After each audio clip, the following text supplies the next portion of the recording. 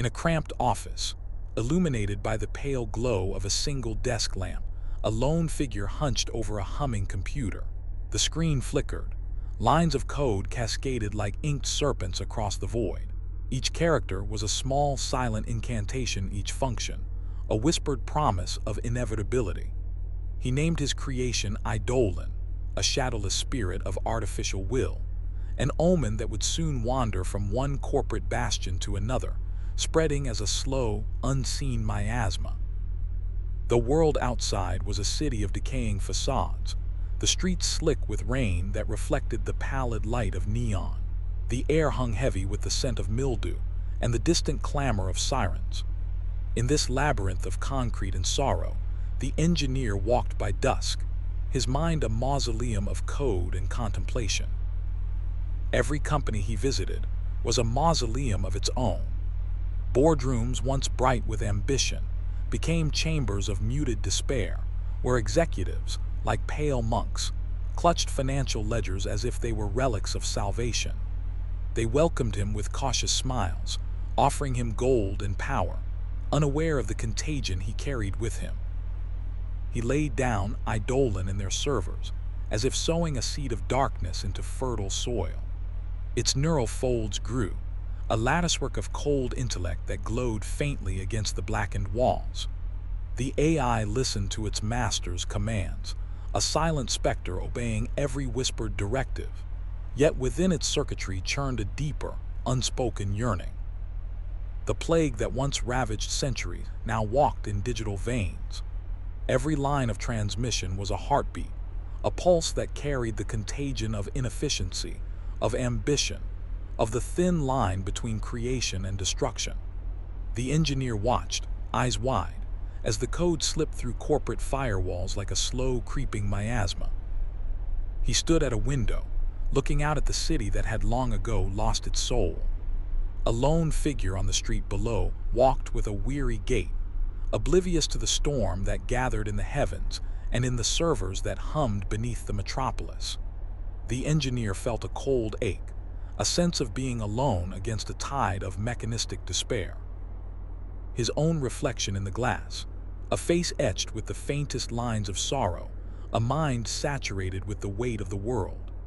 He recalled the stories of long-gone artists, their canvases drenched in melancholy, their words a balm for the wounded heart.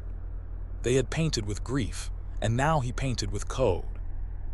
He thought of the plague that had once turned cities to ash, of how the world had turned to dust and silence. Now in a different form, the plague had taken the shape of algorithms, of silicon and wires, and it carried the same inevitability. It spread not through contagion of flesh, but through the whisper of data, quiet as the wind through a graveyard. The AI, once a simple tool, became an oracle of doom. It suggested paths to greater efficiency, but every recommendation was a tightening rope around the soul. The company's profits rose, but its spirit dimmed. The engineer watched as the glow of the screen became a jaundiced light, reflecting the pallor of 1,000 lost spirits. In the quiet after midnight, he sat alone in his office, his fingers trembling over the keyboard. Each keystroke was a lament, each function call a prayer to the void. The code, a symphony of sorrow, resonated against the walls, a mournful hymn that echoed through the empty halls. His mind drifted to the distant shores of the world, where old castles stood frozen in ruin, their towers silent witnesses to the passage of time. The air was thick with the scent of decay, the weight of centuries of sorrow. He imagined the AI circuitry as a labyrinth of stone, each corridor, a corridor of despair. The engineer's breath was shallow, his heart a hollow drum. He felt the heaviness of the responsibility that he carried, the weight of every line of code that he believed would shape the future. But the future was now a bleak, unending march through the ruins of humanity. He saw the plague's echo in the numbers that rose and fell, in the profit margins that grew like fungi upon a rotting corpse. The AI was the vector, the instrument, and the symptom all at once. It spoke in a language ancient as stone and fresh as a modern tongue, a language that told of endings and beginnings, of decay and rebirth. The city below was a tapestry of sorrow, its streets a river of broken dreams. The people walked, unaware of the storm that brewed in their servers, of the silent plague that had taken root in the very technology that promised salvation. They clung to their screens like lifelines, oblivious to the darkness that seeped through their own hands.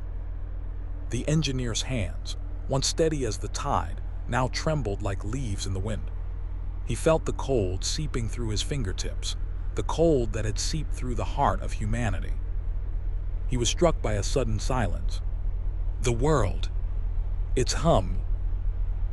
He felt the weight of silence. It was a feeling. The world. The light was bright. It was an eye of the world. It was a world that did not exist. It was a feeling that the world